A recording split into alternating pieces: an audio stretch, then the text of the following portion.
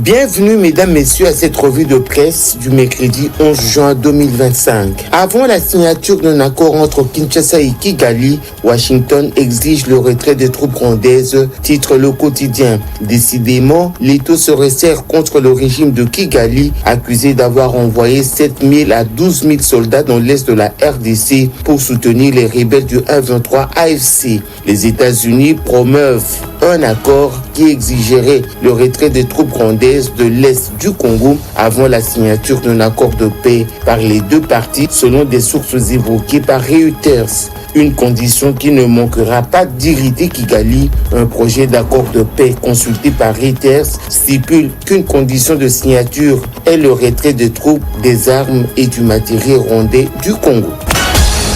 NBC éclabousse le régime de Kigali, annonce la référence plus. Une enquête exclusive de NBC News dévoile l'implication militaire directe du régime Kagame dans la guerre de l'Est de la RDC, dissimulée derrière le mouvement rebelle du 1-23. Documents classifiés, vidéos, images satellitifiées montrant une occupation préparée et non une simple intervention de soutien. L'un des éléments les plus troublants de cette révélation est la présence massive et dissimulée des soldats rwandais dans les zones de conflit. Selon plusieurs sources croisées par NBC News, plus de 5 000 militaires rwandais seraient actifs dans l'Est congolais, fondus dans les rangs du 1-23. Ituri, quand l'intervention du gouverneur militaire permet la restitution de 77 pirogues et 79 moteurs hors bord, révèle RTNC.cd. Les pêcheurs congolais de la province de l'Ituri dans les secteurs de Bahema Sud ont vécu des moments difficiles. L'armée ougandaise avait confisqué leurs pirogues et leurs moteurs hors bord grâce à l'intervention du gouverneur militaire. 77 pirogues et 79 moteurs hors bord ont été restitués lundi dernier à leurs propriétaires.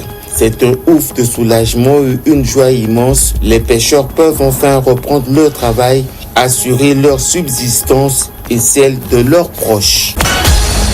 Nord Kivu, grave hausse de prix de viande de bœuf à Walikale à cause de la taxe instaurée par la rébellion de l'AFC 1-23 sur l'acheminement des vaches en provenance de Massissi, rapporte actualité.cd. Depuis la prise de la localité de Kachebiri à Walikale et Kasopo à Massissi par les rebelles du 1-23 AFC en avril dernier, les vaches se font rares dans les agglomérations de Walikale Centre et Moubi, deux principaux centres commerciaux du territoire de Walikale. Pour cause, les rebelles ont instauré une taxe sur l'acheminement des vaches à Massissi, zone d'approvisionnement vers Walikale, zone de commercialisation et de consommation. Selon les vendeurs des vaches, à la barrière de Kachebiri, les rebelles exigent $10 par vache avant de franchir la barrière.